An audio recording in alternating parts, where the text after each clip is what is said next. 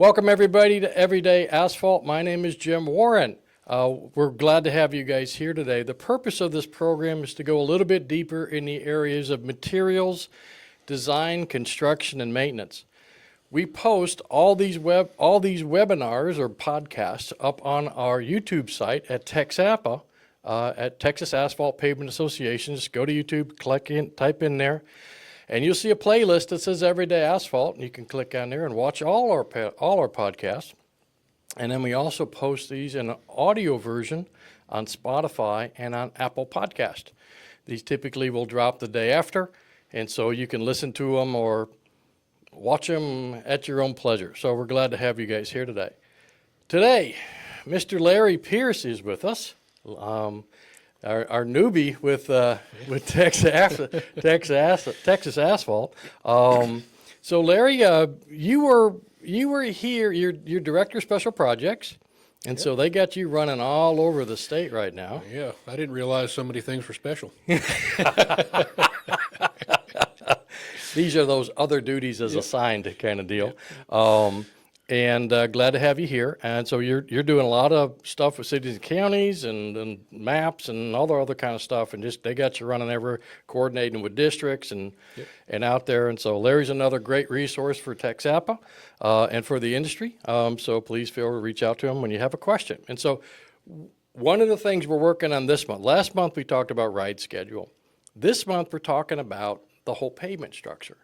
Yes. And I think one of the things that we got to remember, we all have to remember this, is a pavement is more than just what you see on the surface. It's the whole thing. And I think a lot of times, sometimes we get maybe a little bit lax, potentially, because it's not the final. We always think the final surface is going to make everything right. What's your thoughts? Well, you're right, Jim, and I think the saying "out of sight, out of mind" is a very dangerous thing to say when we're talking about the foundations in the pavement system. Foundation is critical for the long-term performance of that pavement, and we need to keep in mind that as we're building that pavement, those different layers up to the surface are getting more and more expensive. But it's critical that that foundation beneath is going to be there. We talk about perpetual pavements, for instance, but we really need to be thinking about a perpetual foundation to be able to meet the long-term objective and the life of that pavement design, its intended design. So absolutely. That really is the basis of a perpetual pavement is building that lower layer properly. Somebody told me this the other day, and if you're who that is, please let me know, because I can't remember who said it. They said the subgrade and the base materials are the cheapest materials we do, but they're the most expensive to fix. I don't know, maybe that was you saying that. Well, I have said that, but I have probably... I don't know if I stole it from somebody or stole it from you. There's the old saying, there's no original thoughts, but I mean, there is, that is something I have heard from a number of really good practitioners over the years. And, if you, and it's, why it's so expensive is that you have to go through those expensive layers that you've put on top to go fix. If you are actually going to fix it, if you're going to solve a problem, and go get it. So, and it's not just cost; it's time too. It's the time, So and that's a really big deal. Other delays and things like that. So let's kind of get into this, and I know we're gonna show some slides on the program as well. So we'll be jumping back and forth between you and me and slides and stuff. So that's what the program will look like. So if you're listening to this online, you're going to miss the slides. Sorry about that. We won't try to read them. But that's the benefit of watching it live. Also, when you watch it live on the third Thursday of the month, you're eligible to get a PDH for it, which is if you have the degree and you're looking to get those credits every year. This is one way to get a PDH every month. So it's not a bad deal. So let's get into it. Let's talk about goals. Yep, let's do. And I think we're going to talk about. Let's talk about the subgrade, and then we'll sort of work our way up. Yeah, exactly. So we'll start at the bottom. You got it. So, we have certain goals that we want to achieve in order to have an adequate foundation, right? And so when we're dealing with the subgrade, and we're going to talk about this a little bit more here, but we are kind of cursed in some ways with some really bad subgrade soils in this state, and where most of the people live is where a lot of the bad soils are, where we're building a lot of the new development, Right. a lot of the infrastructure. So what we're trying to do is we're trying to reduce the plasticity of the soil, okay, reduce the clay particles, turn them into something else. We want to improve the workability, and constructability. Right. Both of those are Right. key. We're trying to kill the swell. I mean, that is one thing. We're talking about clay soils. There's two things we're trying to do. We're trying to kill the swell, and we're trying to get permanent strength if you're going to get a long-term Right. foundation, Okay. right? Okay. So Okay. we're trying to reduce, shrink swell. We're trying to improve strength, stiffness, modulus Yep. of that material. By doing that, we'll get stability, and I'm a big proponent of durability. Yep, You can meet absolutely. a lot of tests. Right today. today, But what's it tomorrow? right, 3 you know, years, 5 years, 12, right. 20 years down the road. What happened? What And happened. so we want to look at getting Exactly. long-term durability. Exactly. Let's talk about clay and expansive soils. You've got a great slide up here. It's like, Yep. oh my! You look at this and you go, oh my! Yeah. Well, and I think about this, and again, this is a slide that's been around forever, but there's a reason it's been around forever, because it's actually good visual to give you an indicator. I had mentioned, if you look on the left side of that red area, which is everything in the red is a high frequency of expansive soils. Okay. That doesn't mean when you look at the grayish, it says low. It means that the frequency of clay in Still those there. areas, It's not it's just everywhere. lower. It's just not Everywhere, right? But And- it's still if- there in pockets, which makes it really hard to build a road. If you don't mind me jumping in here, No, we're no. going along. Everything's good. Everything's bad, and everything's good. Everything. All of a sudden, why did my roadway fail in this one area? Yep. If you designed towards the good Towards the and you good. have the bad in there, And if you missed it, it can be. Absolutely. We can't core everything that's right. in the process. So we're taking periodic samples, and heck, sometimes best laid plan. Sometimes you'll miss a spot, and then all of a sudden, hey, that's the bad spot. Yep. But we're going to talk a little bit later about proof rolling, and that should hopefully Yeah, pick some of that up. So That- go that's ahead. true. Well, I mean, just kind of quickly, you can see that on the left edge where the red is, that's basically the I-35 corridor. Right. And so there in Right here, we're east, sitting on it. Yeah. We're sitting on it. Yeah, we're sitting on the edge of the red and the gray there right now. I mean, right on it, Jim. And then, but everything east is got a very high likelihood of having expansive clay Yeah. in the subgrade Yeah. that have to be dealt with. And as I mentioned, that's where 90% of the people in the state of Texas live. That's Mm. where 90% of the infrastructure is. And you look at the demographics, 90% of the people moving to Texas are still moving to that same We area. made some poor life choices at some point. Apparently. We did. Something like that. But So what's the deal with why is clay such a big deal? well, clay clay's a bad actor. Okay. Okay. Clay is highly expansive. Okay. And so it expands when it gets wet. It contracts and shrinks when it gets dry. It has very poor support, so very poor pavement support. We're talking about roads right now, yeah, but it doesn't matter whether it's foundations or Exactly, slabs or exactly. anything, bridges. Exactly. And I don't care how you want to measure it, right? If you resilient modulus or CBR values, unconfined compressive strengths, it just does not have a lot of strength and a lot of support. Okay. And then you can confound that problem with it's hard to build on. Sure, The constructability issues. It's So what happens when we poor build a workability. road on that and we don't understand what's going on? I know you got a picture of that coming up here. yeah. Well, you end up with a real mess. Yeah. And you Yeah. end up having a real hard time getting things like density and getting a good uniform material to build Right. on top of. Right, right, so, right. Good deal, you know, good deal. So go ahead, let's keep going. Well, and So there's a great, great picture. We see that a lot yeah. in this area when I you're think- on the other side of the Yeah, interstate. and I think that this is another slide right here that is, we need to talk about moisture, right? I mean, Mm-hmm. moisture is the enemy of every pavement, no matter what. And Right. And so when we're talking about, drainage is something that we can have a better control of. Pay attention to how you're building things, what the elevations of your layers are, what kind of ditches you have, all these types of things where you can try to divert water away from it. We can help ourselves or we can hurt ourselves. Right, that's exactly right. Yeah. That's exactly right. One of the things about clay soils is that they're sitting, they can get wet and they expand as we talked about, but also that water will migrate up, through capillary rise, through the vapor movements and those types of things. Capillary rise can be exacerbated by heavy truck loading or traffic loading, pulling that moisture. repetitious. Yeah, pulling that moisture up. And we use a lot of crushed stone. We use a lot of flex base in this state. Yeah. That's underneath. Yep. We're going to talk about that a little bit, but underneath that asphalt layer. And what happens when that gets wet? Yeah, and so pulling water up and getting base saturated, while by treating and stabilizing that subgrade layer, you are at least giving a good uniform waterproof layer underneath that base to Okay. help mitigate. Yeah, a lot of people the think issue the of water moisture. comes from down. Not always. It Not can always. come up. It certainly does. Yeah. That's the thing about water. It finds a way. Anywhere. Yeah, look at the Grand Canyon. So I think there may be some confusion sometimes about the whole issue of what are we doing as far as stabilization? How are we treating that soil? I wanted to make sure you had an opportunity to address that. Yeah. So, and this is probably a big one, is we talk about we're stabilizing soil, right? Yes. We're going to stabilize that subgrade. Yeah, what does that mean? Yeah, and what we have to do is make sure that we understand the difference between modification and stabilization, because they both have their place, and let's understand what it is we're trying to do. Okay.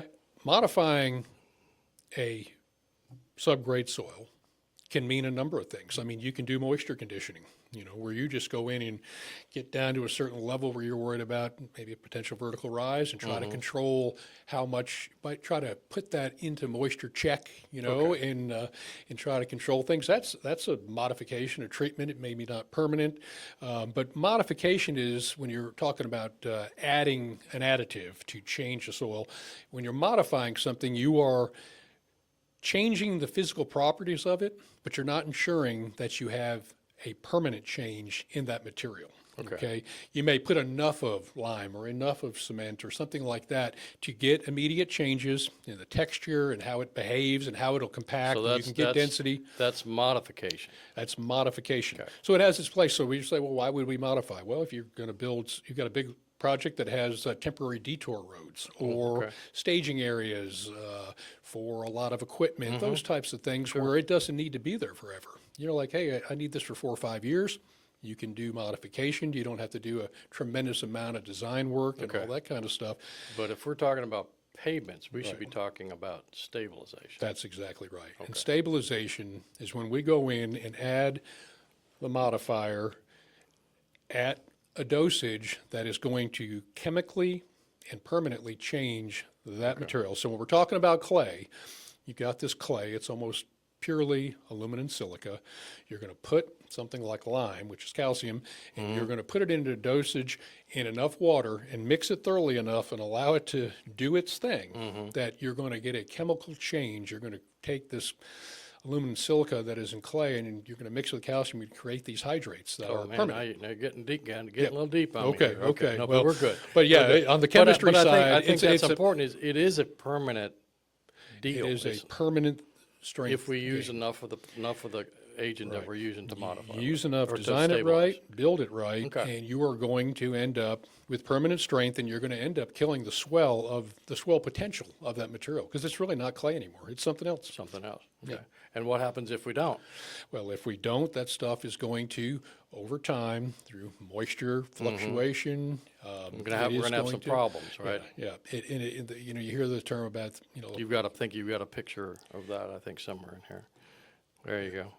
Yep. So you don't want to run the risk of it being able to revert back and gain its expansive characteristics back. Right. Talk about lime leaching out, but the fact is it just never had enough to change that permanently. So it doesn't leach out. It just wasn't enough. It was a tease. Yep. Yep. So Wasn't permanent. yeah. Gotcha. All right, so let's keep going, and I wanted to just kind of keep on the road with this thing. Well, this is a good shot here, yeah, I we think. showed you that. Yep. If you want to look at what it looks like when you don't do it. So, we're trying to, I mean, we're talking about this hot mix asphalt surface and wanting it to do the best it can. Right. It's really going to be contingent on the layers beneath. And so you can look at, I guess, just the thing about this slide, I think the one takeaway more than anything is that the raw subgrade is very weak, okay? You know, an average module of like 10 KSI. By doing a stabilization to that material in place, you can get modulus values that are similar to a pretty good crushed stone flex base. Okay. You know, maybe not above or not more than, but it gives you something that you can hang your hat on in terms of uniformity and strength. Gives us a good platform then Right. to put our other layers on top That's right. of. Okay. That's right. All right, got it. And gives Got that it. moisture proofing we talked Got about it. for that flex base. And then each one of these layers that we're showing here, you know, we're talking about uniformity and consistency and making sure all those layers meet the certain properties that they're designed to meet is a real critical thing. That is very Can't have, critical. you know, something going from 8 inches to 2 inches back to 8 inches and expect it all to work the same That's going exactly down the roadway. right. Yeah, no, that is right. And we'll talk a little bit about that, you know, on when we say about what are the things we need to look at when we're constructing Sure. these things, Sure. because it's important. So let's go through the kind of a little bit of the process. Yeah, so, you know, and I kind of, I take for granted that people are aware of all the different resources that are out there, but what It's we can't, amazing. yeah, it is surprising, I guess, Yeah. to me. But you know what? We have a lot of new folks out here on the engineering side of the world, and the construction side of the world, and the inspection Yeah, side of the a lot world. of the old guys are Yeah. hanging it up, Yeah. and new Yeah. guys are coming in and going, "What am I doing?" Right, and they're good know, people, and and they're they're great smart, people. and but you know, But hey, you're they, like, there let's- are, like you said, there's a lot of really good resources, and this is a really good resource. Yeah, I think to start off, when we're talking about guidelines, TxDOT has the treatment guidelines for soils and base and pavement structures. Okay, you can get it on the website. I think there's a link Be a there link on there. the slide Yep. for it. This thing has been updated a number of times. I was good. involved from the Lime side of the world Okay. with materials and tests Okay. on the going through this with them and helping with some upgrades, at least on the talking about sulfates and those Good. types of things. But the thing is that this treatment guide, it helps you determine project suitability, identify what are your goals of treatment, helps you with what are the appropriate additives based on kind of a tree process it. of your soil Do characteristics. this, do this, go down And, here. and it helps you determine the optimum amount of the stabilizer that you need. Now, the guy's not going to tell you, oh, your clay looks like this, so use this much. It's going to tell you what tests need to be run. Right. And that's the whole thing The about key thing stabilization. is running the test. Stabilization requires Doing the work. running the test. Yeah. The good news is it tells you what test you need to run based on And most of your, those tests really aren't that hard to run, but Right. we need to know what the number is. we need to know what the number Yeah. is. Exactly. So, Good. and it helps you, and it gives some, tips on the construction processes. So it's really good. Now, I mentioned sulfates. Yeah. We could spend Yeah, we're just half gonna- a day yeah, Jim, talking about yeah. sulfates, but we aren't. But it's a big deal. It is a big deal. That little map up there kind of shows you where a lot of the sulfates can occur. That green arrow there happens to follow just along 35 and looks east. kind of familiar. Yeah, it does look kind of familiar. Sulfates exist, pocket seams, but in some areas where they're very prevalent, they can be over the entire length of a project. You just need to test to determine where your sulfates are and at what concentration level you have them. And so it used to be a pretty big process, but, TxDOT has definitely developed some test procedures over the last 15, 18 years that can help speed that up a little bit. Resistivity test and then a colorimeter test to tell you what the sulfate levels are if you trigger the need to do that test. But But if you're in, I think the key point is if you're in this area, that's right. You need to check need to for be checking. sulfates. And just get this belt and suspenders thing. exactly, and so there's a guide for treatment of sulfate-rich soils and bases, but also the previous guidelines for treatment that I was showing you, it has an appendix There that you go. deals with both sulfates and organics, and we didn't have a didn't bunch go on in organics, but you need to got know about organics. organics. And Yep. if you got organics and 1% or less or some in there, it's no big deal. But they start creeping up, they can impede the reaction of stabilizers. Okay. And so you put a stabilizer in, you're not getting plasticity what reduction, happened? you're not Yeah. getting We strength. put it all in. What's going on? Yeah, Right. exactly, So those types exactly. of things are important. So what tests? What are the kind of tests we're looking at? Well, you're going to test for, first thing you do is run, kind of sieve analysis, run your Atterbergs and determine what kind of material do we have? I mean, Yeah. is this a clay? Is it a silt? Is it a base? Is it a subgrade? And then it kind of gives you a decision tree you sort of run down and run through based on, okay, if your percent passing number 200 is this, and the plasticity index is this. That. If it's this or below, you're going to go this way. X, Y This or equals Z. above, you're going Yeah. to go this way. Okay. In terms of what types of treatments that you might need to use, if it's more than 25% passing 200, and it's a subgrade material, if it's again, it's going to tie it to the plasticity index, and TxDOT kind of breaks it down with the range 15 below, 15 to 35, and above 35. Okay. So, But there's a process. Yeah, there's a process. There's a right, process. right. And So let's stop me talk from about the getting too into additives, et cetera, that we're getting into. Yeah. Well, you've got cement, which is good for binding lower PI materials. We've got lime, which has been used extensively in Texas for 70 years, that will chemically treat and change highly plastic material. Right. And then, you've got, used to see a little blend of maybe lime and fly ash, where the fly ash could bring in Right. some of the pollens. The issue with Right. fly ash, though, we're not getting more fly ash. Yeah. We're getting less fly Less ash. fly ash. So So there's trying a to- mixed design procedure as well. there is a right? mixed design procedure. And so the TxDOT's got lab mix methods and testing slide for that, protocols. I think. Yeah, and I think it's even right here you can see Okay. that it talks about what you want to do. Mm-hmm. Depending on which additive you're going to use, the additive suggestion comes from that decision tree about plasticity and percent pass in 200. Got it. So Got it. it's on there. Okay. And yeah, so the mixed design, you're selecting additives, but you want to be looking at your soil lime or soil cement. Lime fly ash is still a test method and can be used. We're not seeing as much of it as we Right. used to. And then don't forget, there are Still good got it. asphalt treated Yep. bases. Yep. Absolutely. And there's If you got the right methodology for material. that. If you got the right material for Yep. that, and you look at it, and FDR is a whole nother topic, Jim, but full depth reclamation. that would be a whole nother program. It is another Yeah. program, but it does pay real good attention. You are Yep. redoing a base. Yes. So Yes. it's, Yes. yeah, but Yes, the sir. information's out there probably more than anything is that follow the guidelines.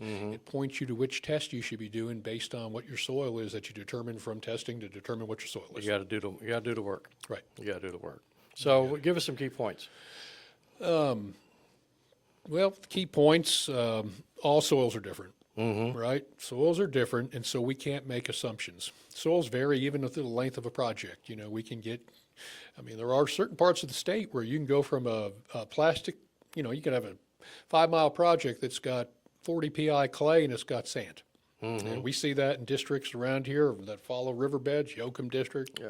Ryan District, et cetera. Lots of districts, lots of parts of the state that have that. The additives are different. No additive works in every situation. Okay. Lime doesn't work in every kind of soil that we encounter that that's needs good to be to know. treated. Okay. Cement doesn't work in every kind of soil. Asphalt doesn't work. Fly ash doesn't work in every type of soil. You got to do the testing, as you mentioned. You've got to do the work to determine which additive you want to use and how much of that much additive of you that want to additive. use. And once you come up with that, then you got the construction process you need to Okay. pay attention to, All right, right? good deal. So do a mixed design more than anything, and then that little image over there that there's no silver bullet. We got that's kind of an old one, but Yeah, no, it's a term. There's no one. There's one nothing s- magic One about size it. fits all. One size does none not of that. fit all. Exactly. Yep. Exactly. Yep, Good. So, we're kind of breezing through this. We're 20 minutes into this, and so we're kind of kicking along Yep. here. So, that's subgrade.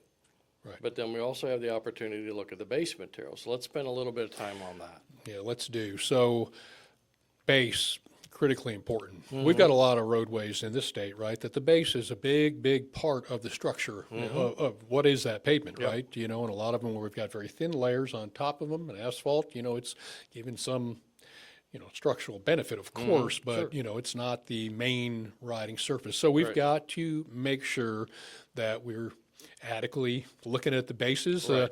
And I think that there's differences, but there's also a lot of similarities between what we were just talking about, right? We're trying to get strength that's consistent and long-lasting. Yep. We are trying to mitigate damage from moisture. Yep.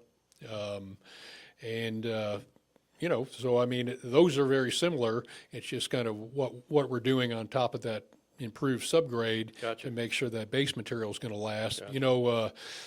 I know that some bases, typical crushed stone base, if it gets saturated, it can lose 85, 90% is what I have seen in a lot of things. Folks at Materials and Test come up with that, and other presentations I've seen from research side of the world, losing 90% of your strength, and That's a big deal. and I've been asked, hey, well, that's, but it'll dry out, right? And it won't.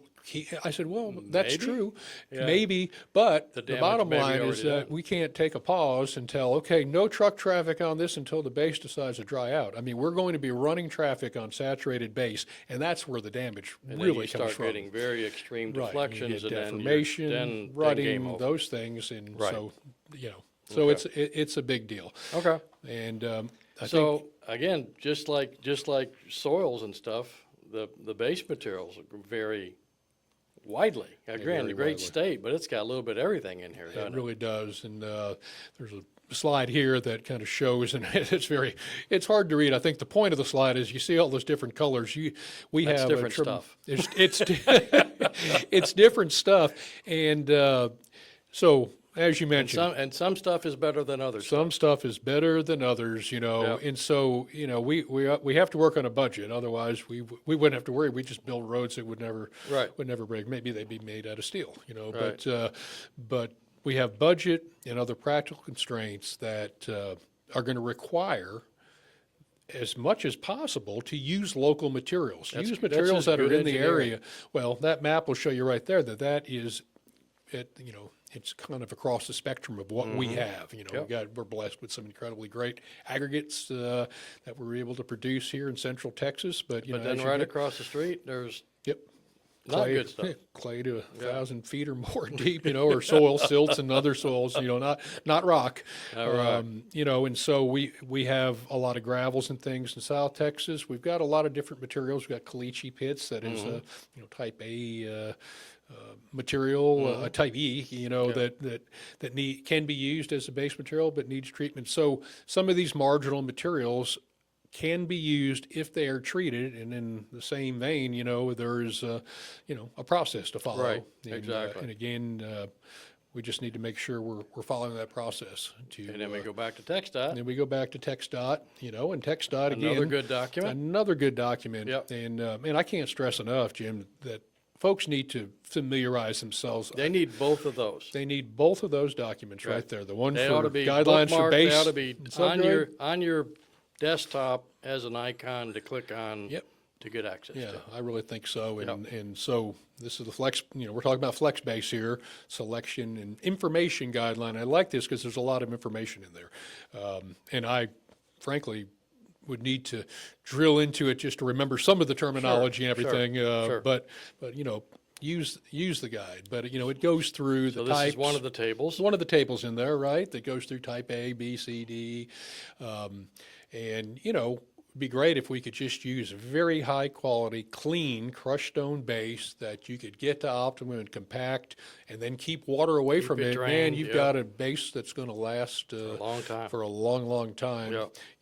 But that's not always the case. So, Not always. the idea is follow the guide and look at the different kinds. You've got crushed gravel, you've got uncrushed gravel or crushed gravel. Not uncrushed gravel is kind of a bad deal, both for asphalt and for any kind of base, because it's hard to get that stuff to interlock and get Right. dense. Ball bearings, yep. Yeah, yeah. So, but it kind of breaks down the types, I guess, is the key point here. Sure. Like caliche. TxDOT. Some of the districts that have caliche and use it require a lime treatment to it. They won't even let you use it because maybe an area of that pit might be pretty good and not in a very low level of kind of clay, 'Cause by its deleterious clay nature, it's material. variable material But it's anyway. highly variable by nature, just Yeah. how it's formed, right? Exactly, So exactly.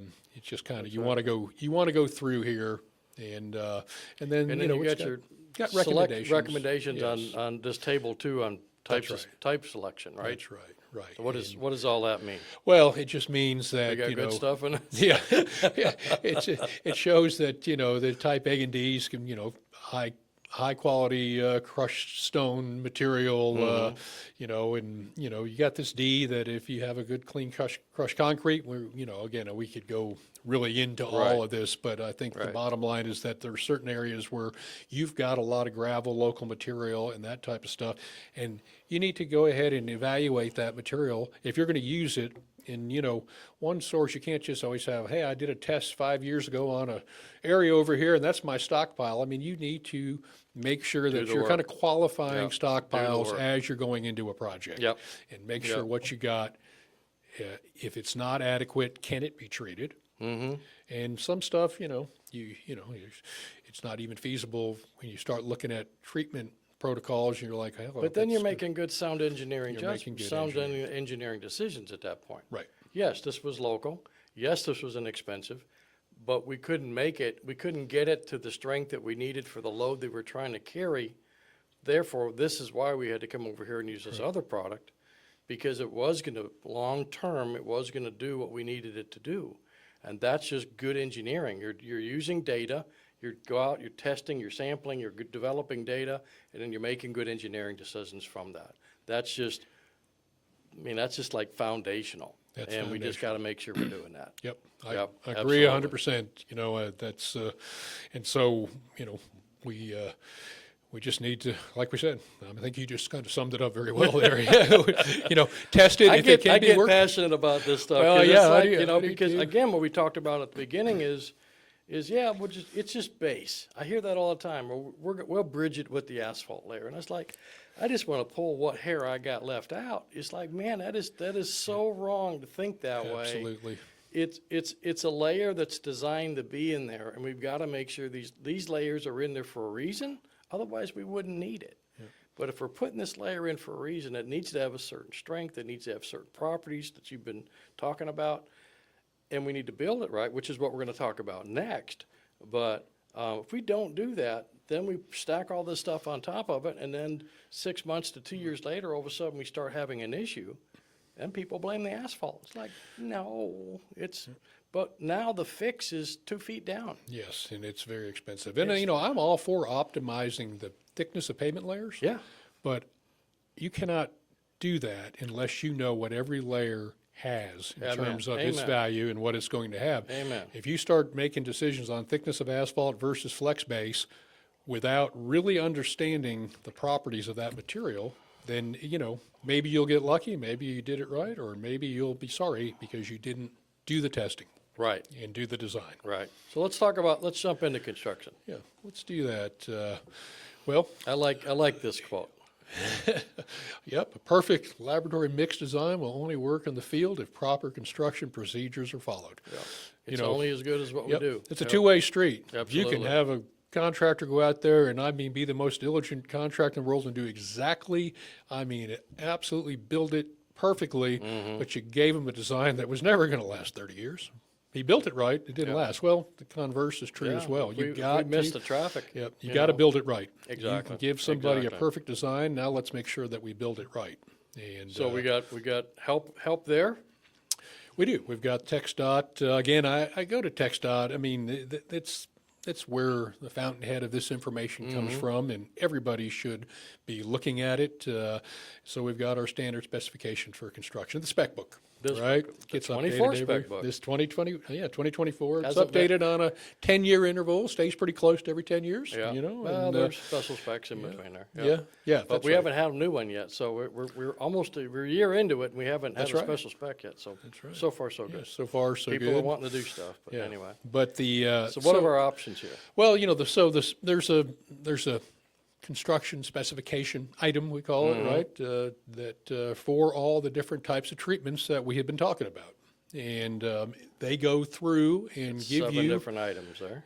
There's 7 different items right there, for instance. And so if you're going to do a lime stabilization of a clay layer, you know, you're going to be referring to item 260. You know, if you're going to do cement stabilization, you know, road mixed, again, you know, that's item 275. You know, anyhow, you can follow through there. Each one, depending on what the decision was and what they're trying to do with that material, now we've got an item for it. That's right. So you're going to come out here, get to that specification, you should have everything all ready from a good design. Right. In terms of, okay, I'm going to put 6% lime, 8 inches deep on this project and follow the specification carefully. If it was designed properly and you build it properly, you should have a stabilized layer. That should be there a lot longer, I mean, way longer than the design life of the pavement. But then it also, but then you're assuming now we're going to build it. We're That's going right. to go that 8 inches deep, We're going right? to go that 8 inches deep. What happens if we go 9? Yeah. Well, now we're diluting our lime, diluted right? your lime So we need to and- this is that inspection part of the whole deal as we kind of go through this, that we need to make sure that someone needs to be checking, contractor and also the agency, hey, what depth are we milling?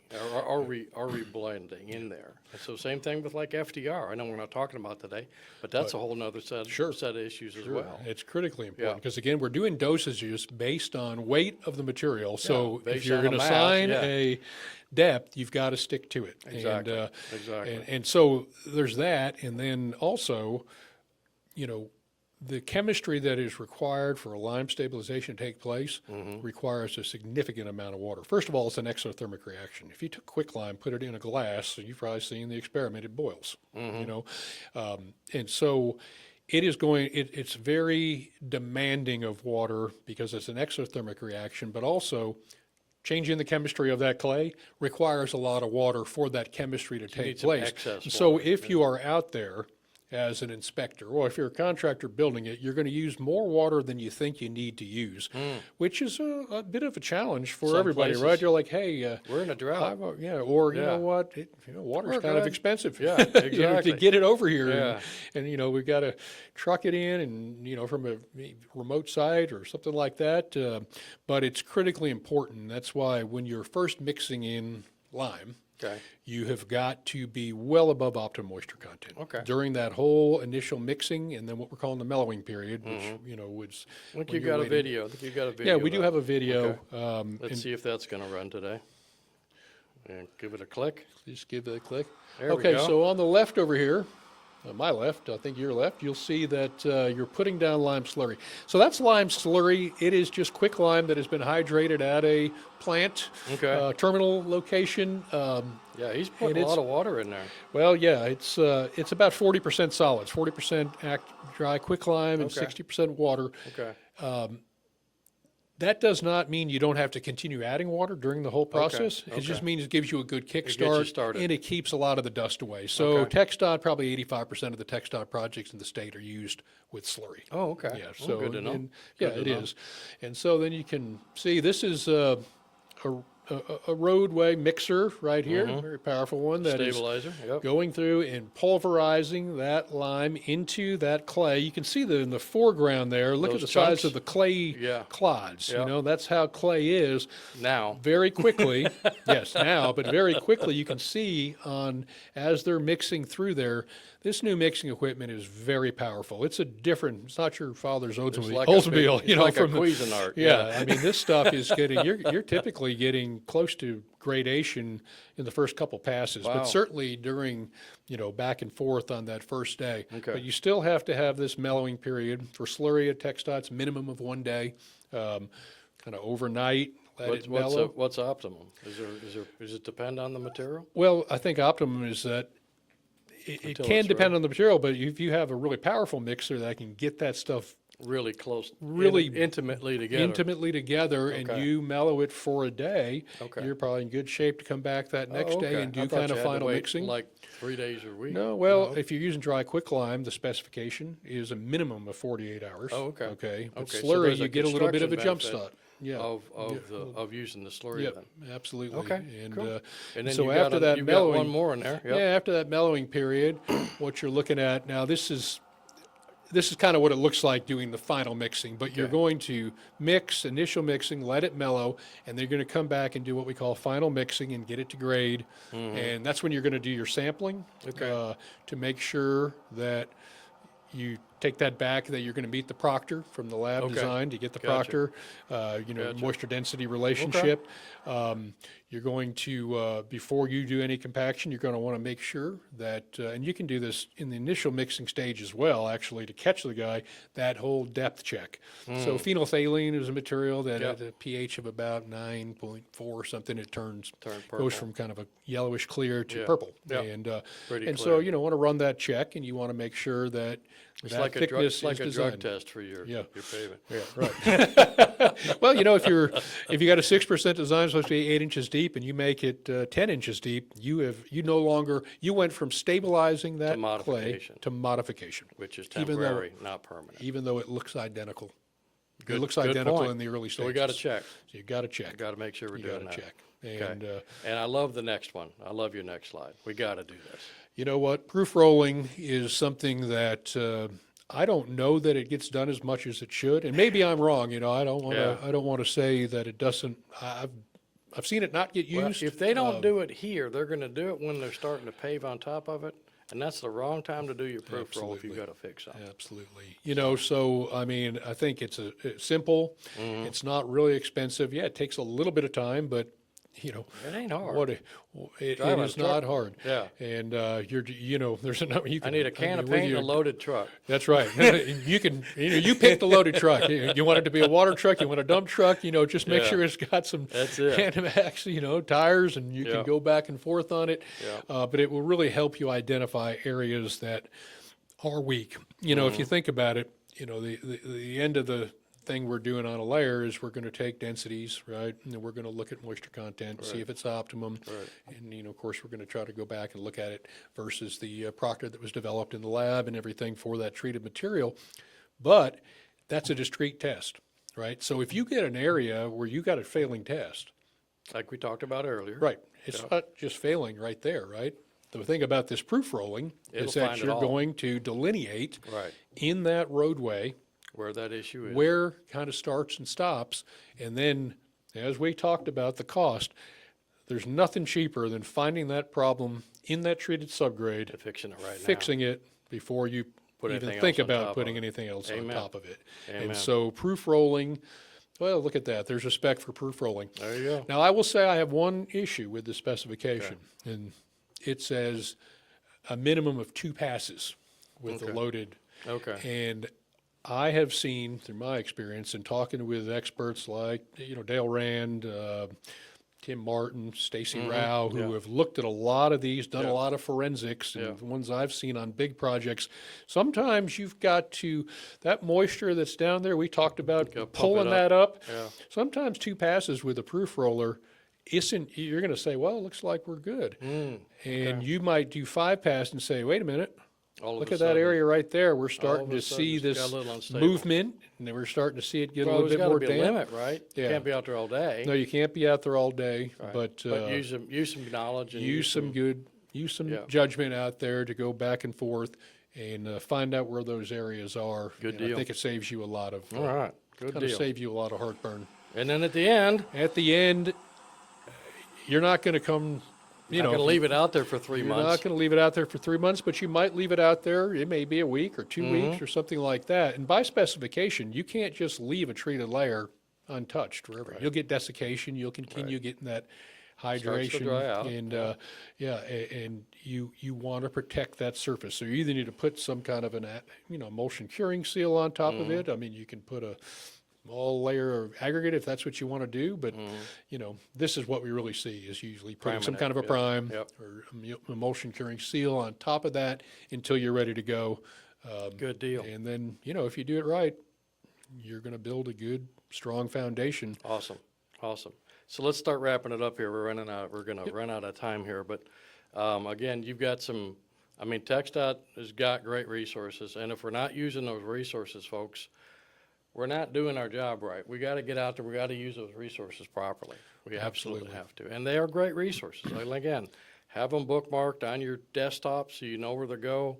But do know that they change from time to time. They've got a date on them. Yeah, look And for so the when they latest. change something, they find something else out, they make a change to it, they improve it, And, you know, thing about TxDOT and MTD is they are always trying to make things better. Yep. In fact, the treatment guidelines for soils and base and pavement structures is undergoing, there's some changes, but it should be coming out. It may already be out. So there'll be a version need that to says check. 2025. Okay. Yeah, I should go check that. Probably should have checked that before I talked about it, but I know that some of the changes aren't overly significant, but But if you Google and search for it, and you go to the TxDOT's website, you're going to get the most current version. off the TxDOT website. But don't just do Google, because sometimes it picks up an old one Yeah. that's out there. But make sure you go to TxDOT's website and get to the most current one right off their website. So good deal.